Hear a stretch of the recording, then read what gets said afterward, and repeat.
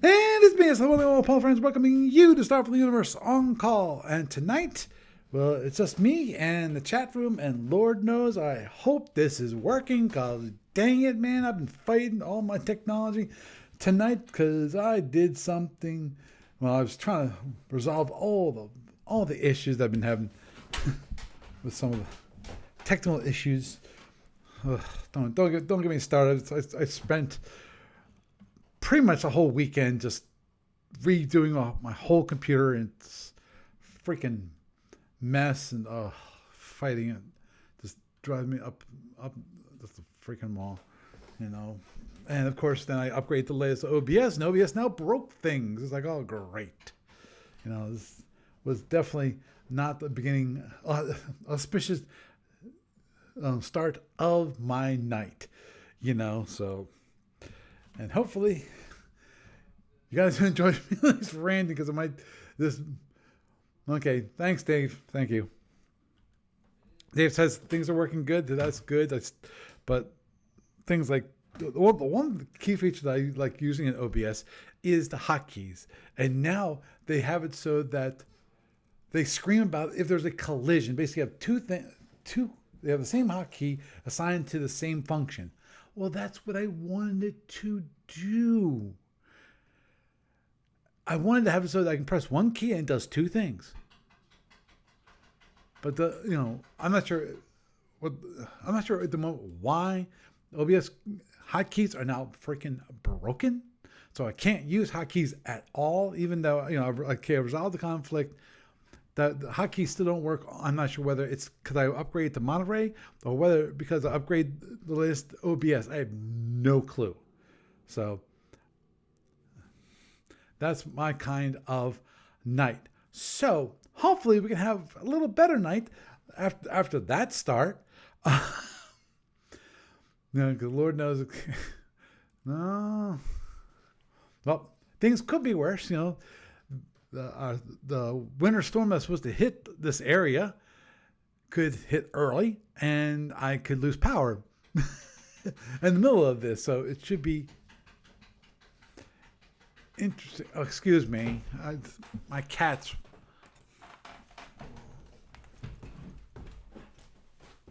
Went out? Didn't go.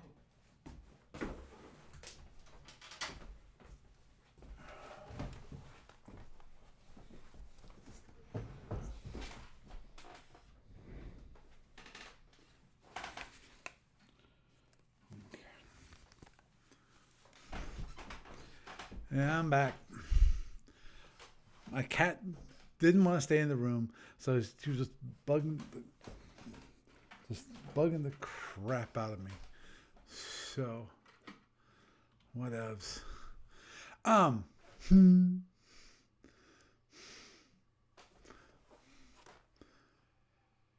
Yeah, no, it was supposed to start earlier.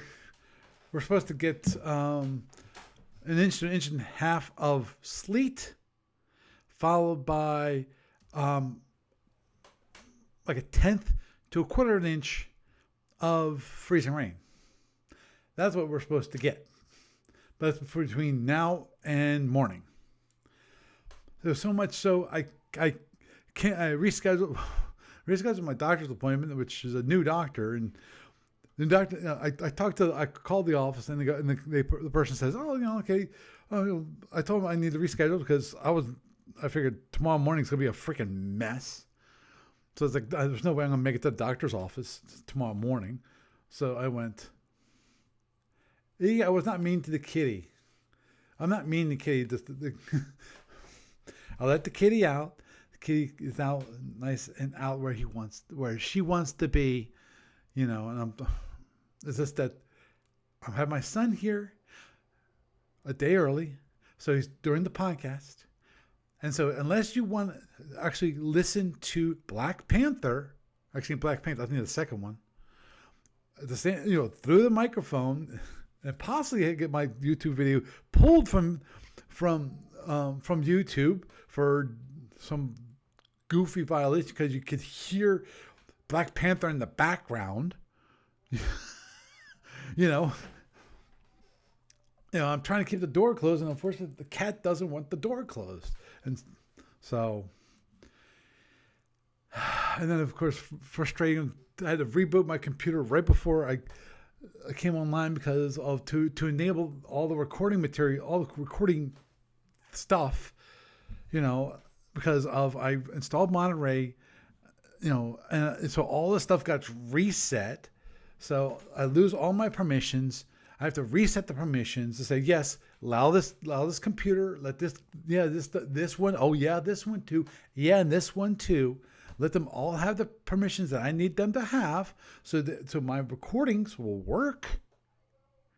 And then of course, as I mentioned, OBS, which I rely on. I'm not sure whether it's because I upgraded or because of I upgrade, OBS software or Monterey, or possibly a combination of both. My guess, the hot key thing is probably because of OBS, is my guess at the moment. Just because of they scream about the conflicts. Why in the past they have not whined or mentioned anything about conflicts. When I assign the same key to two different functions, because unless they have a way, maybe there's a brand new way of doing it now to say, okay, have this key do both these functions, or tell it, instead of showing us a conflict, just do both things. I don't know. That's one thing I'm probably gonna have to research sometime between now and whenever I have time, whenever that is. So, anyhow, I'm sure you're tired of me moaning and groaning by this time. So, please. I know the reason why you actually are listening to me at all, if you're listening to me, is because you want me to talk more about Starfleet Universe stuff, as in like Starfleet Battles, Federation Commander, things like that. Actually reminds me, I need to set up a teacher page for FedCom, because Seth Szymanski has volunteered to be a teacher for people that want to go on the FCOM online. So it's going to move up by 10 a.m. So I got distracted by the weather report from Dave, which to me is important to me, that the WMZ, which is the local TV station, which actually is up north of me. It's in Allentown. It's like an hour drive north.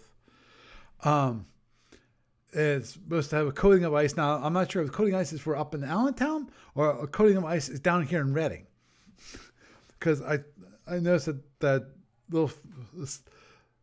Reading is supposed to get more sleet and then freezing rain, then switch over just to rain sometime, in the morning. Now, I'm not sure when in the morning. I'm not, of course, even after it switches to rain. Okay, so it's rain, so it's no longer freezing on hits the contact of the surface.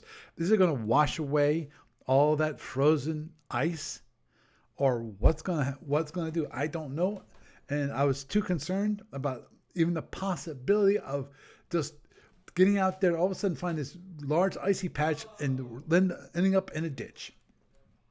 So that is what it is. But moving onward to something a little more happier, because Lord knows that we can use a little happiness these days. Okay, there it is. There it is. Okay, because I figured I would actually go back a section when it comes to Starfleet Battles rules, and though I did hit on a couple things from Section D last week, the whole energy balance due to damage, and I forget the other one I hit on, which were both quite just crazy. They were the energy balance due to damage was optional. Oh yeah, I think I mentioned about the positronic. I think what the heck was that? I don't know what that was. Let me just look at this for a moment. Oh, you gotta be kidding me.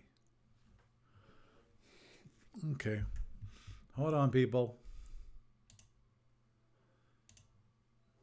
Hey, Barry. Hey there. Hey, how you doing?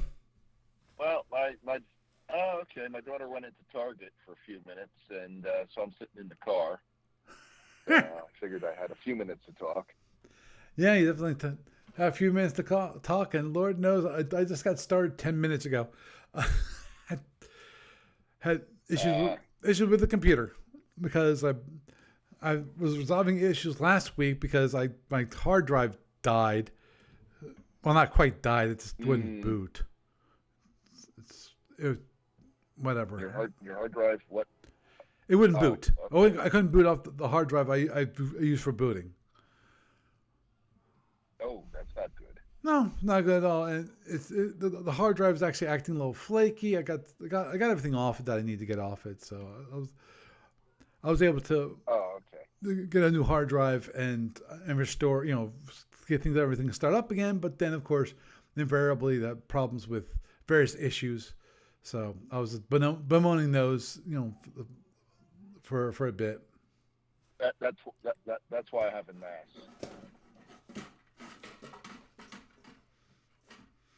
at home.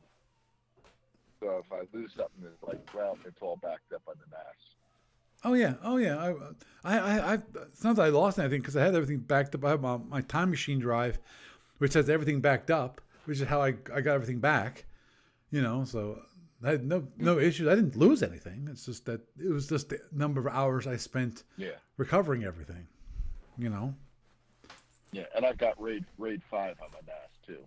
Mm-hmm. So it's like, okay. Understood.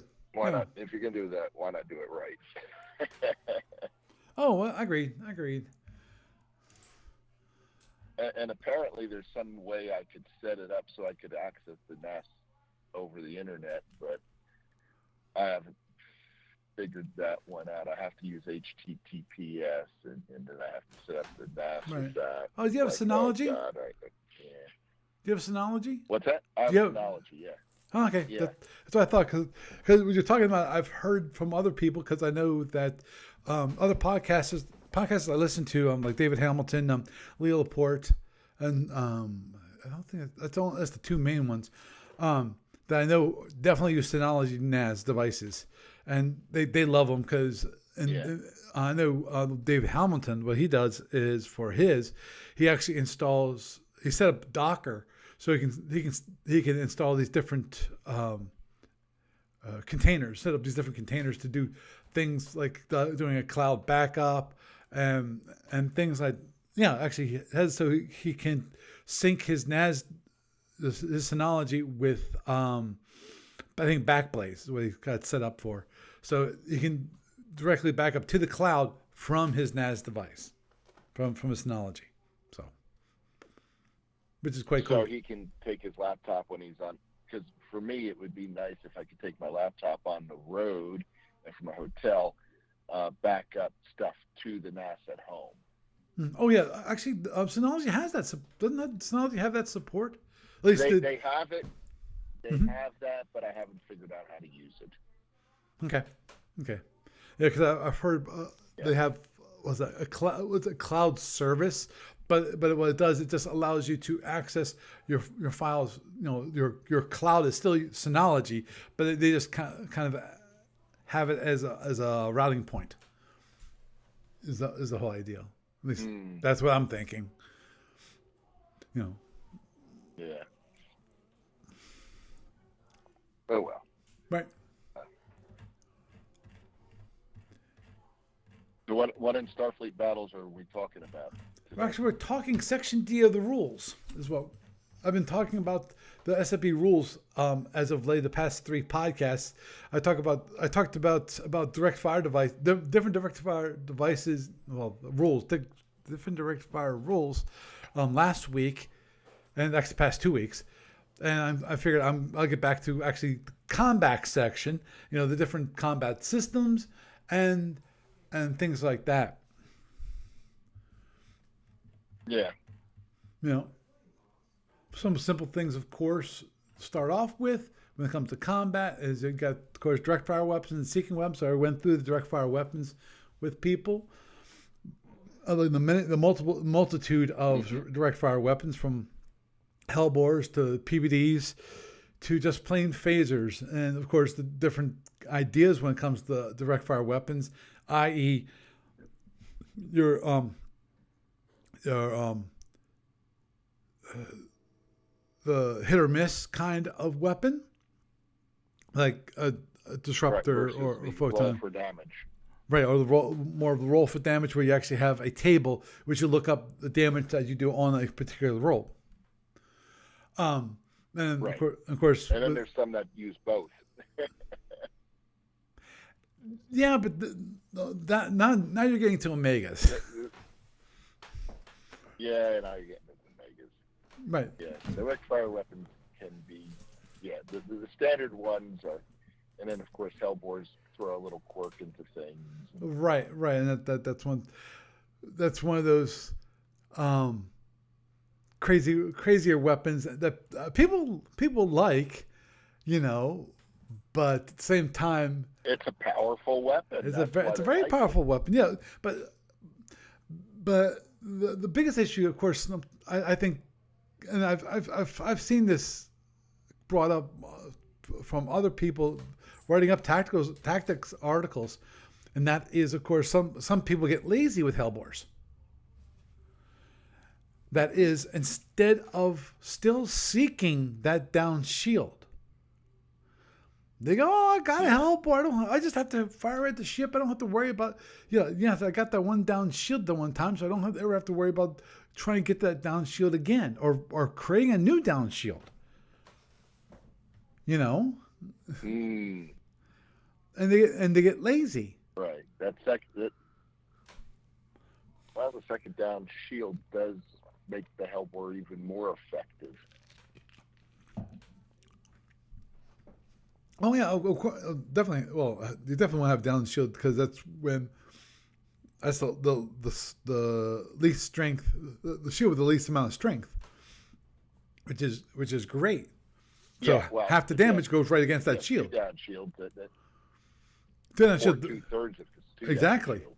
And see that some people get lazy and they stop trying to get that extra down shield, or get around, or get their direct fire weapons around to that down shield. So that gets pointed out by some SFB players. Now, to be honest, I've never seen that, but at the same time, I don't play against that many people playing with Hellbores. And most of the time, they're against Andromedans, so it doesn't matter. Well, the other thing to keep in mind is that lazy is an interesting way of phrasing it, because if I've got somebody with a down shield, then I'm guaranteed to be able to do half my damage to it.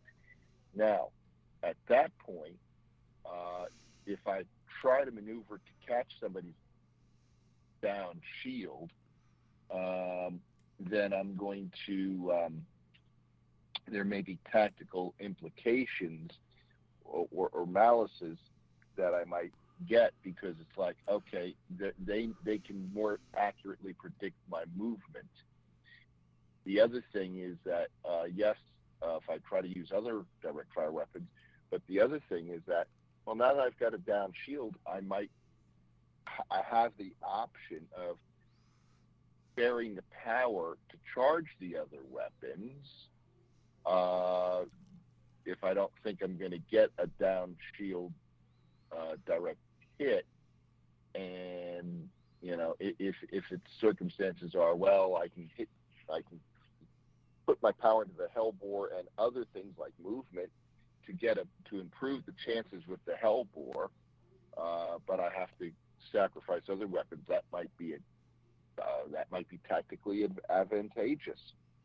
Or if I can maneuver so that I'm in a place where I'm hard to hit, but I can still hit the other guy, and I don't have to worry about getting to it. You know what I'm saying? There's a lot of, once I have a down shield, the Hellbore gives me a lot of tactical flexibility. Understood. There may be other considerations, and yeah. Right. I understand.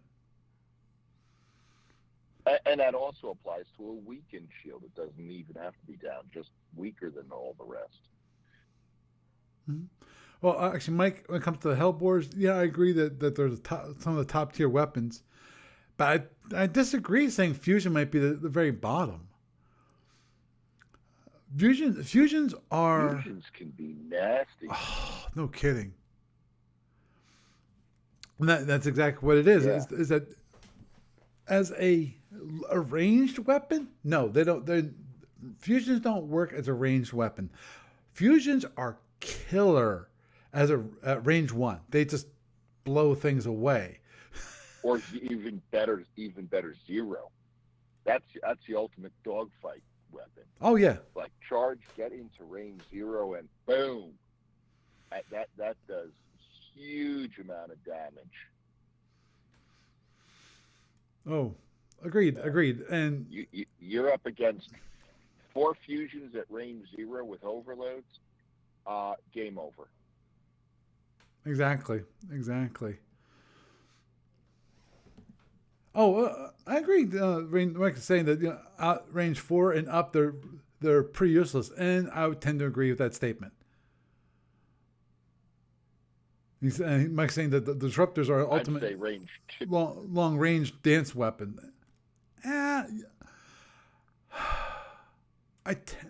Kind of. I agree. PPDs are the ultimate long range dance weapon. That is true.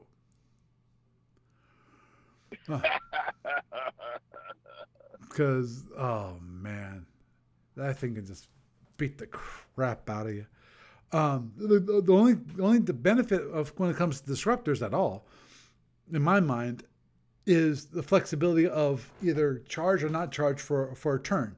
Now, that's the one thing that Yes. Lord knows I've mentioned multiple times, and people are probably tired of hearing me mention it, which of course is the particle cannons. Now, the particle cannons, when it comes to having to retain the charge in the capacitor, you have to use half the power that's in the capacitor to hold that much to the other half, basically. But one of the benefits of the particle cannon is the way you can use it. You can fire it as, you have 3 choices. You can fire it standard, you can fire it overload, you cannot fire it at all.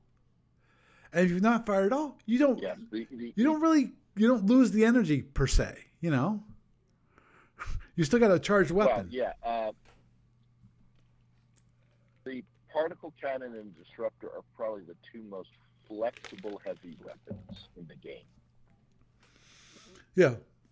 Of course, the bad thing about particle cannons, of course, the hit can suck because it's like a photon torpedo in that category. It does less damage and it's less accurate than a disruptor. Right. Oh yeah. Oh, agreed. It does have it has the advantage of I'm going to say a partial hold or a leaky hold. Right. Oh yeah. And you could potentially fire it a second time in a turn. Mm-hmm. Oh, totally agree. Although that second firing is more of a threat than something that's typically used. Oh, I totally agree there. I can't. I might have used the second firing once, in all the times I've played the Celtorian. Yeah. Because I forgot. Can you fire it overloaded and you can't fire it overloaded twice in a turn, but can you fire it overloaded and standard in a turn? Yes. Yes. That I know. Yes. Oh, yeah. Although, and that takes what, 4 power to do that? The second firing takes 1 point of power. Right. But the first overload takes what? 3 or 4? 3. 3. So for 4 power, you've got an overload and a standard firing. Mm-hmm. Yes, you do. And if as you pointed out, it's rare to get that second firing. Yep, exactly. It is very, very rare. The only time you'd ever get that second firing is if you have you're kind of forced into a early attack run. Early in the turn is when my daughter is walking. Okay. My daughter is walking back up to the car, so. Okay. Well, you have a good night. I'll see you. Have fun with your daughter. Good night. Bye. Bye. Okay. But anyway, we'll continue on that just for a moment. The tough part about using a particle cannon at all and get that second shot is you have to have an early attack run to begin with. You have to get it in the first half of the turn, and then instead of turning away from after the battle pass to recharge and regroup, and then reevaluate, you have to then turn back. In a way, you can turn away, then turn back, but it's a rare thing that you actually can turn back and then to get your particle cannons facing him. Because remember, one thing that when you're firing at him, he's firing at you, and invariably, what happens? He most probably will knock down the shield, or at least get the shield if it's very weak, you can turn back. If he knocks it down, you might not want to turn back to go face him, because what's going to happen? You're going to give him an opportunity to fire at your down shield. Now, depends upon the weapons arrangement of your opponent. Now, most probably, he'll get something new to bear, because he's turned away himself, and his offside weapons now that he couldn't fire now will be able to fire. And given a down shield, most people, even at longer ranges, are saying they're willing to take the shot because you've got I was going to give the odds, but I really don't know the odds well.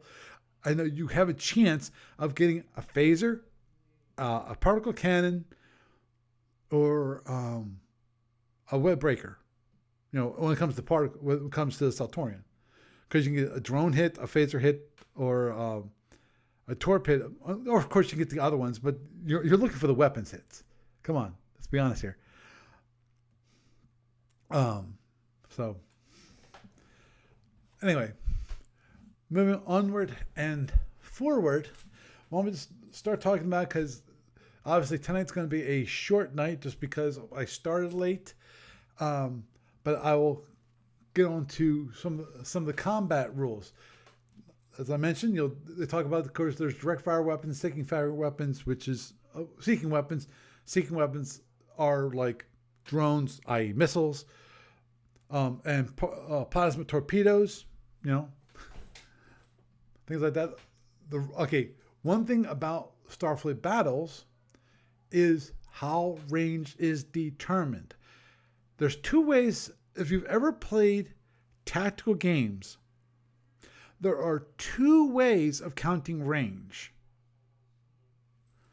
One, the difference between the two units. So if you have this unit here and this unit here, right? Their hexes are right next to each other. There's two ways of counting that. You can count that as range 1, like SFB does, or you can count that as range 0, which I forget. I know there are other games that count that as range 0. Why? I don't know. Because to us it makes sense that it's range 1, because to us range 0 means same hex. Of course, also some other games, you're not allowed to have two units in the same hex.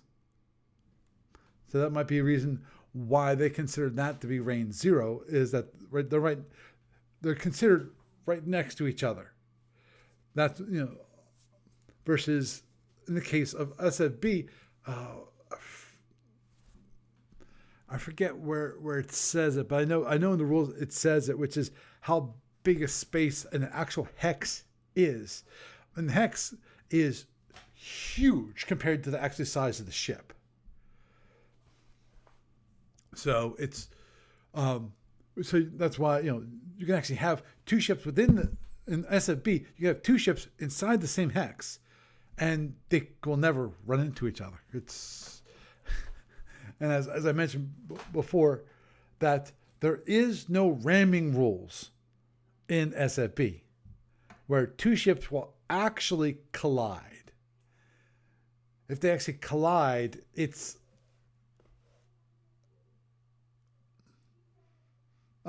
thank you, Mike. The size of the hex is 10,000 kilometers per hex, which is huge. Compared to a ship, it's huge. So, thank you, Mike. Also,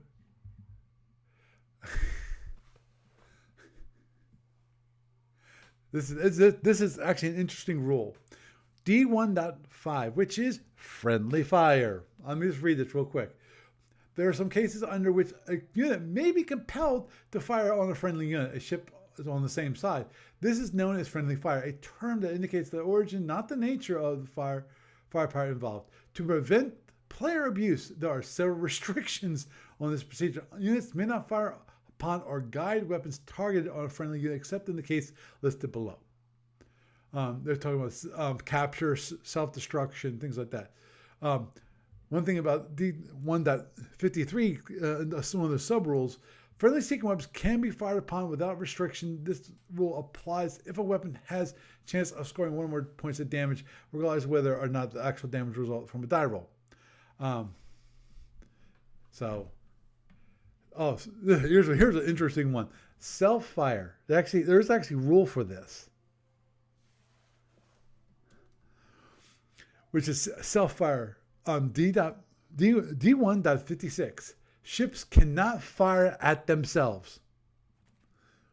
Launch seeking weapons at themselves or guide seeking weapons towards themselves. Ships cannot allow their weapons to explode in the launch tubes. You might want to do it, but your weapons crew do not appreciate your motives.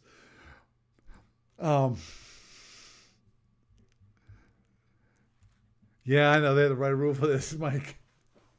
ECM drones, station keeps are obviously an exception to this rule. While ECM drones could also carry explosive loads, an ECM drone using station keep will never explode because it never hits the targets. Now here's a interesting one for the Andromedan players, which is D1.57, Andromedan maulers. Andromedan ships may fire at their maulers for purpose of recharging energy, but only if the fire cannot, by mathematical chances, exceed the capacity or penetrate the panels. This rule does not allow a mauler to fire at other Andromedans, including other Andromedan mauler, nor does it allow a non-mauler Andromedan to fire at other Andromedans.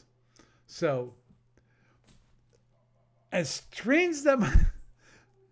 And here's the funny part. You read that one little caveat. By any mathematical chance. So mathematically, there's no way. Basically, they want to make sure that you can't do internals. And Lord knows, if you've ever read the Andromeda rules when it comes to energy and releasing energy from the panels, that's another one of those things you can't do self-harm. Actually, that's going to be D10 is going to be the rule section. And in D10, it does mention this, which is if you do like you turn off panels, you go from reinforced down to standard, so you release energy. You cannot do such a thing if it causes even 1 point of internal damage. Because normally, for the Andromedan ship, that if you hit a panel and the panel goes, and you basically, it's weird. It really is. Which is, the whole idea is that if you hit a panel and it does degradation, which means it releases that point of energy, and if your other PA panel or panels, depending upon if you're a base or not, is full, then that energy then will go into the batteries, or it could also go into an energy module. But let's say you don't have an energy module. Let's say you just have batteries, and your batteries are full. That point of energy is internal damage. So, and the thing is, as a Andromedan player, you cannot release energy from your panels in such that it will cause you damage. So it's like, that sucks. Because Lord knows there are some times, and this is as crazy as it might sound, there are some times that I would actually like to be able to do that. Because to me, it's a great benefit to me if I take one internal, even if it's a TR beam, if it's a battery, I'm hurting myself tremendously. But to get a battery is really hard to do. You're more likely to get a hull. If you could do that, especially with large motherships, it'd be a great benefit in that case, if you're in that dire straits, to be able to cause yourself internals, but you can't. So anyhow, of course, the firing arcs, how the firing arcs actually work. Let me just see if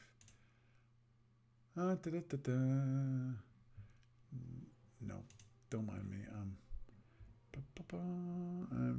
I want you to see the screen, but of course that means something that I really don't want to do, but I have to do it anyway because of this thing is not being really dumb.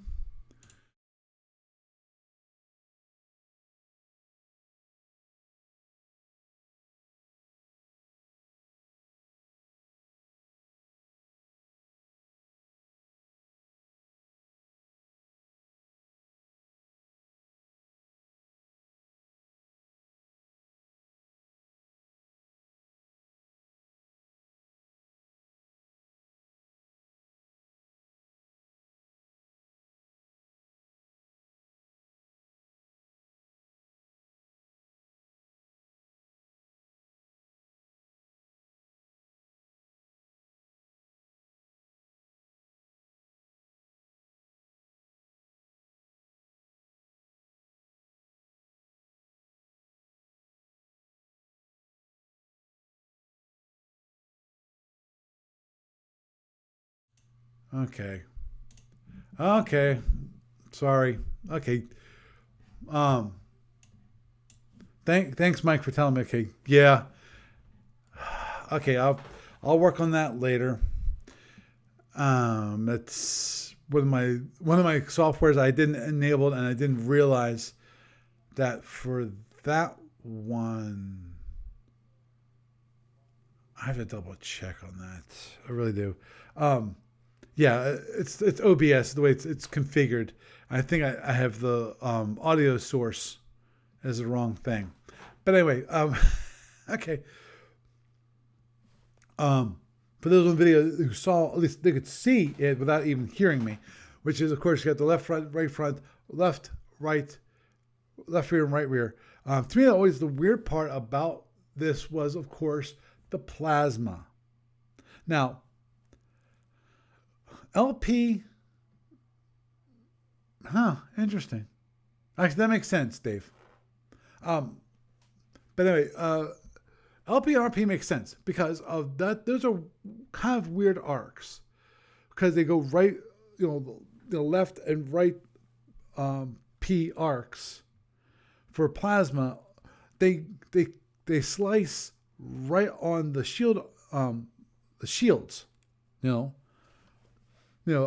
go for like the LP arc goes from the very edge of shield number 6 as it goes on to shield number. Let me make sure I get this right. Sorry, goes all the way between the shield line between shield number 1 and shield number 6 goes all the way out and all the way around to between shield number 3 and shield number 4. That shield boundary right there goes right there, and of course so that's RP. Forgive me. The LP is the opposite, which is between shield number 1 and shield number 2. That shield line there, all the way around to shield number 5 and shield number 4.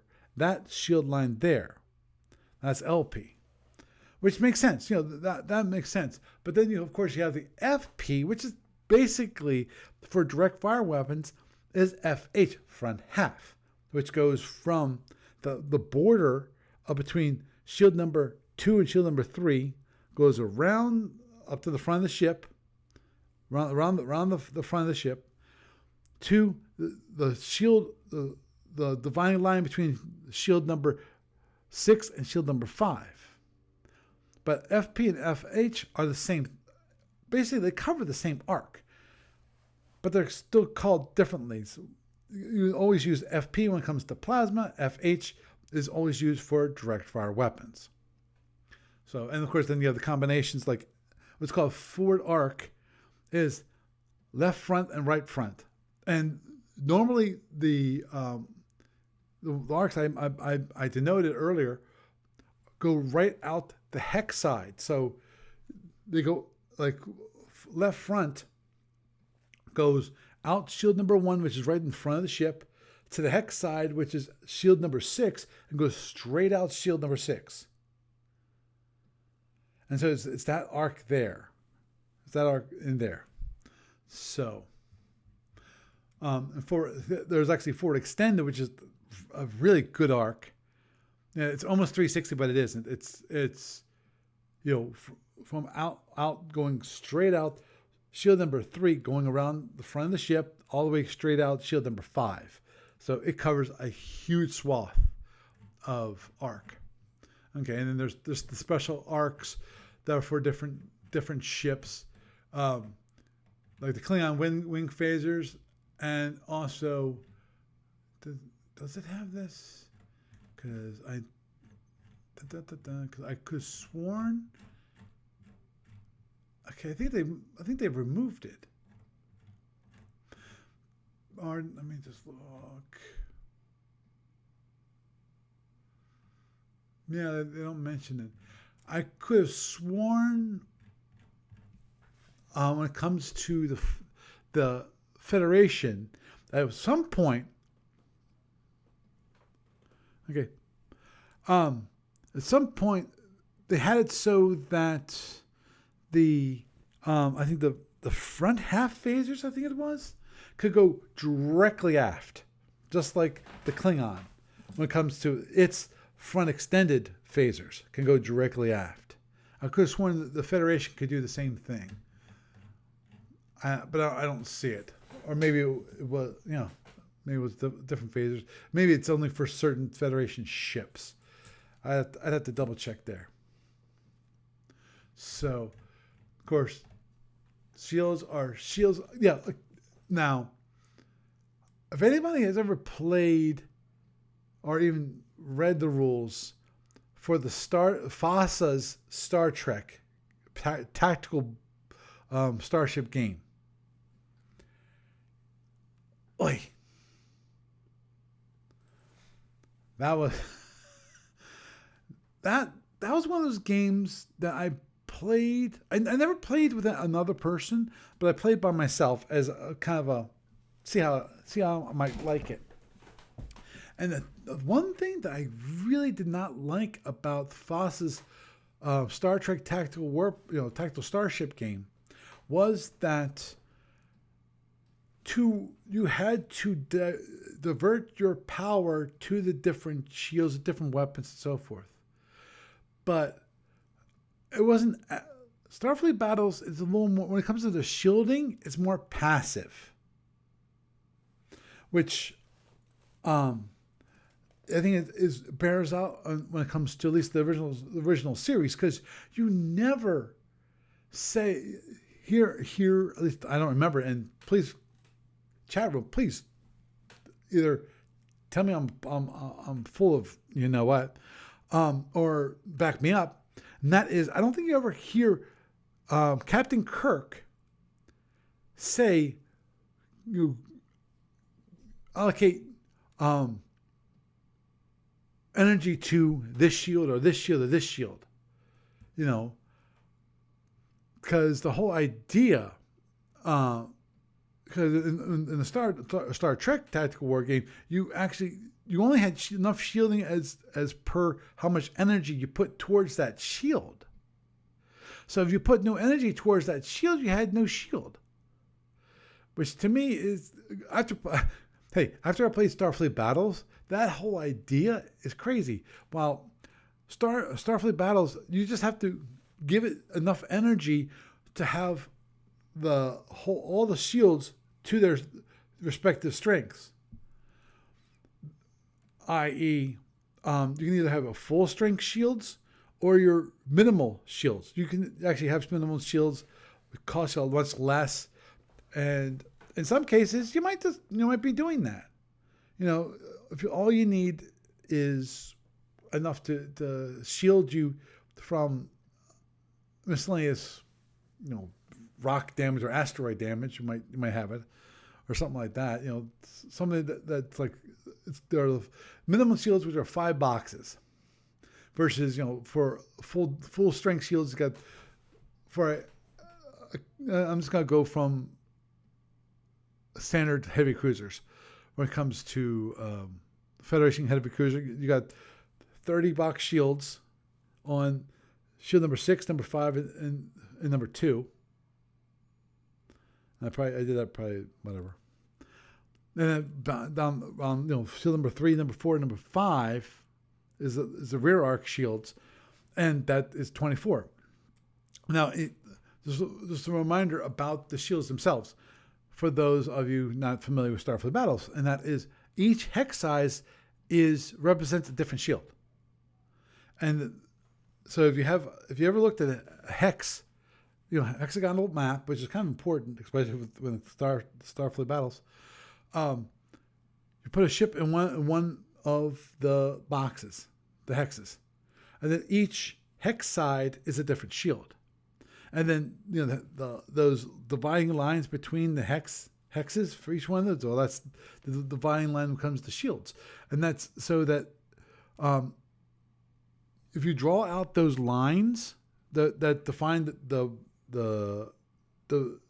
points between the different shields, you draw those out, then you can figure out what shield gets hit when a ship fires at that ship.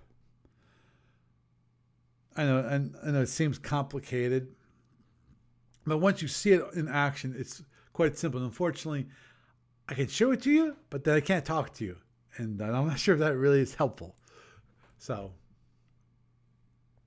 I apologize, especially to those on the podcast. I just realized that when I switched off, so like the people on the video feed could see something, the people in the audio feed going, I can't hear anything. It's blank. It's quiet. And hopefully I'll be able to edit that out. So in this case, you'll go, what quiet part? So ignore me. Okay, they talk about the shield boundaries and so forth, which is D3.41, and there's various rules for that, and D3.43, resolution of ambiguous situations, which is always fun because in theory, you can actually have 2 ships, range 2, right on that shield boundary. Now, if you're moving, it's relatively simple. Okay, there is a D3.43, resolution of ambiguous situation. Okay, it says A, if both ships are to move simultaneously in the next move, this movement still leaves the situation unresolved. Judge the shield situation only the ship target had moved. B, if the next move results in a situation unresolved by A or in both of the possible shields being turned away from the firing ship, resolve the situation by judging which of the potential target shields could have crossed first. C, if no other means is possible, use one of the methods one of these methods to apply damage. Option number 3 is used unless the players have agreed in advance to a different option. Number 1, divide the effects of the weapon in half and apply it to both shields. Number 2, toss a coin or roll a die to determine which shield is actually hit, which is kind of interesting. And then lastly, but not leastly, number 3, allow the owning player or of the target ship to select the target which shield was hit. Now, note, the decision is made at the first point either player asks for determination must remain the same from that point until the next impulse. Even if nothing changes, this decision can be changed each impulse. The decision, so in other words, you're right on that shield boundary, and you got to option 3.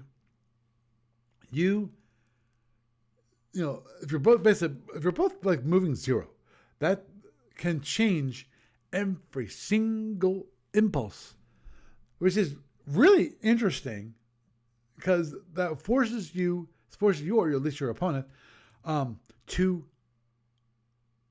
fire as much weapons as possible on that one single impulse. So you can't really split it, because if you split your fire, he can say, "Oh, shield number," like in the case of side by side, where you're basically having you're splitting between shield number 2 and shield number 3 on one side and 5 and 6 on the other side. The two different ships, if they're like this, 2 hexes apart, then they can just go back and forth between the two. Oh yeah, you knocked down that shield. Oh, I'm sorry. Next impulse. Oh, I'm sorry, you hit my good shield. It forces that situation. The situation is no different than if 2 or more ships fire on the target were in different hexes along the same spine. This is used if 2 ships are linked by tractor being range 2. It also is used on during impulse number 32, because you can't move. The method used may be selected by players by mutual consent, should be used consistently throughout the entire scenario, i.e. you don't change it between scenarios. Between points in the game. Of course, unless both players agree, which I think is kind of silly to change the rules in the middle of the game.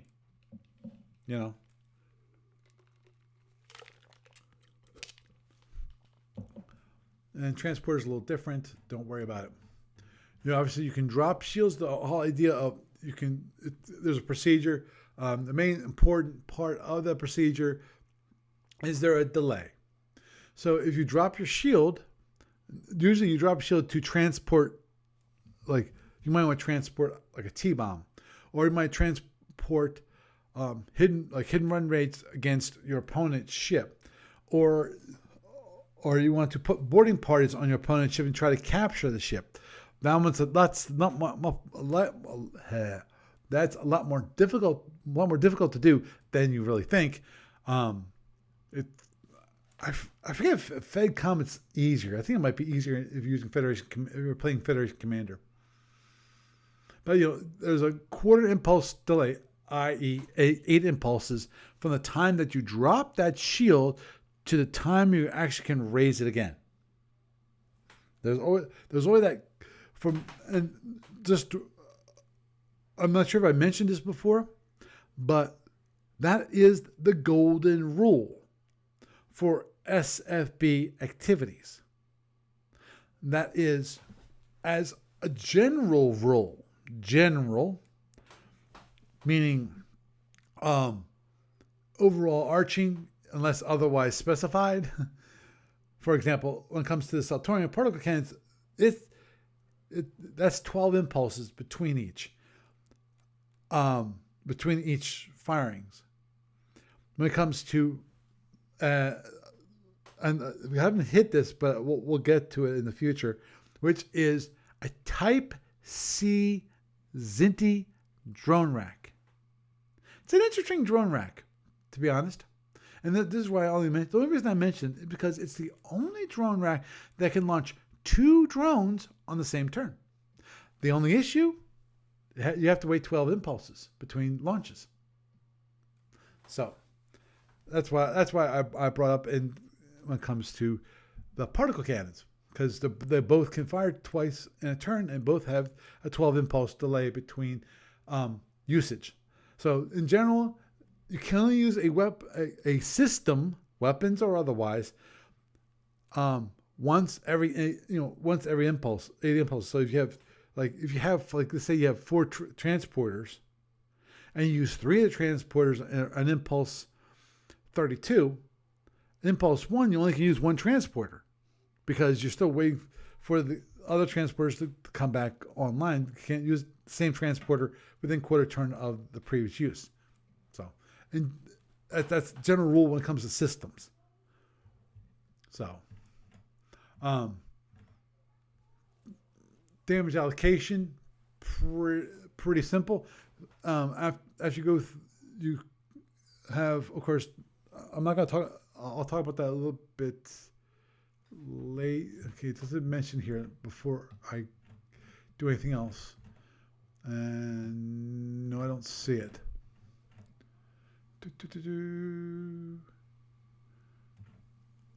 Yeah, I don't. I'm just give me 1 sec here. There it is. Okay, yeah.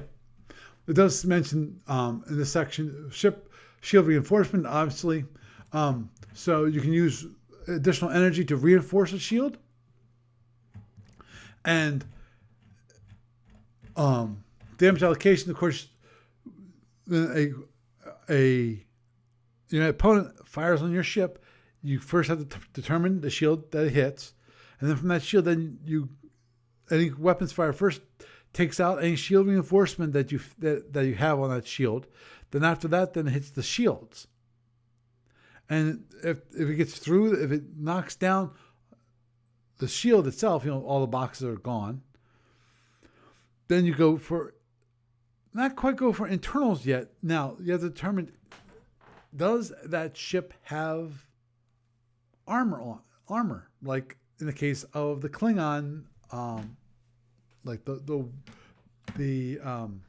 Warbird, the King Eagle, the Eagle, those older Romulan vessels who actually have armor on the ship.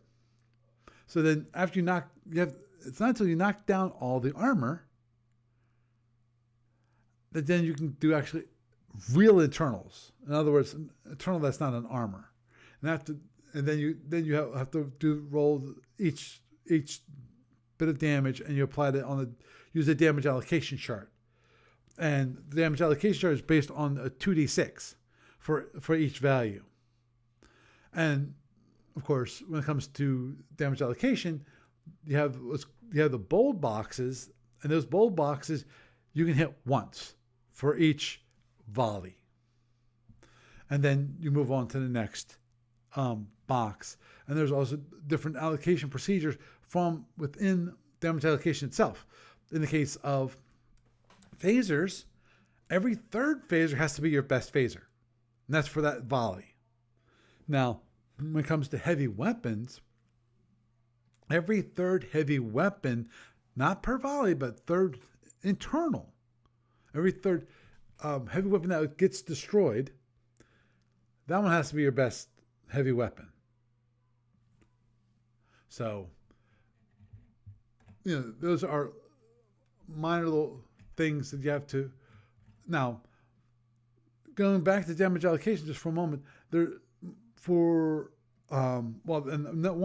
is for general ships. This is not for PFs. PFs have their own damage allocation. Same for like monsters. They have their own. The case of like dragons. Dragons actually have a separate damage allocation chart for dragons. But also, you have different when it comes to like the Omega. I forget what it is. It's awful. I forget. The ones who have dark energy weapons. I forget the empire that has that, but basically they have a whole different chart for that damage allocation. I kind of modified the damage allocation chart, which is interesting. It's pain in the butt, but yeah, you can do it. I'll end up right here, which is something which got heavily modified with the Captain's Edition of the rules. This is before, this is as of the Captain's Edition, which is after the Commander's level edition back in the Captain's Edition, I think came out in the 80s. I forget exactly when at the moment. But one thing that changed was self-destruction. It was actually not even self-destruction. It was blowing up the ship. Self-destruction, you can actually you can self-destruct the ship. It's rare that you actually would ever do this. According to D5.11, because D5 is the self-destruction one, self-destruction automatically takes place unless the captain is not in control of the ship. Okay? Explosion. When a ship is destroyed in combat, it explodes. Immediate self-destruction procedure is used to determine the extent of the explosion. You have to look at the master ship chart. And those explosive strengths were severely brought down. Severely. So, of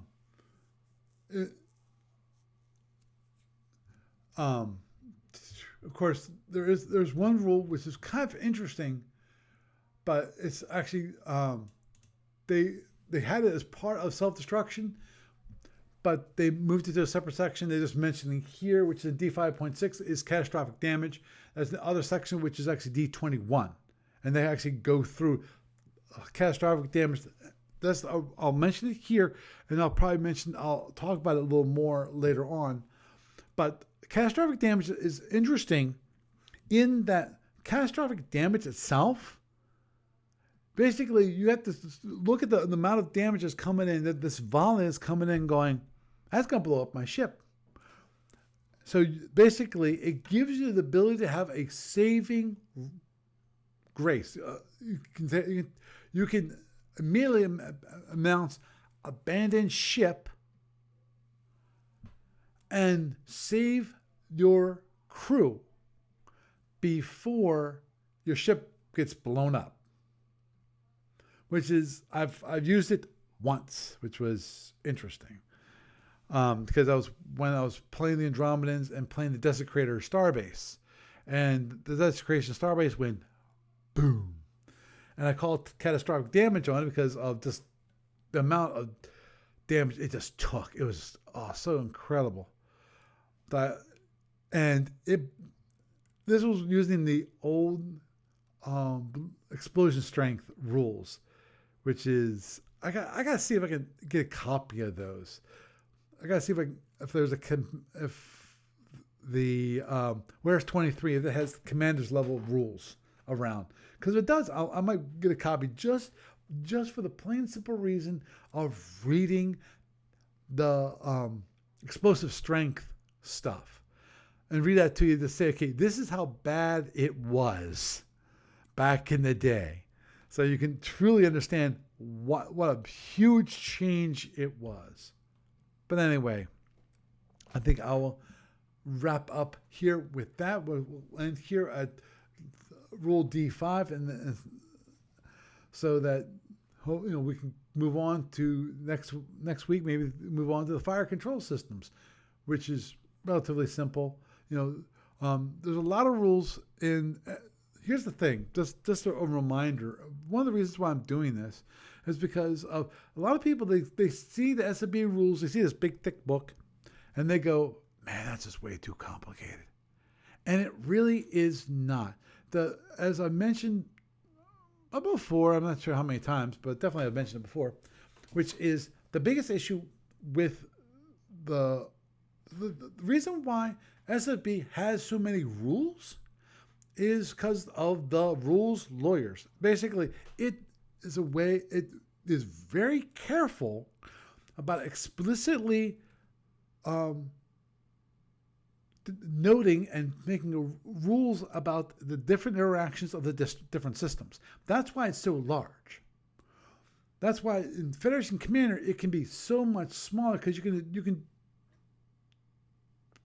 boil it down. You don't have to hit every single interaction with FedCom. So with that, I am Paul Franz, and I bid you a good night.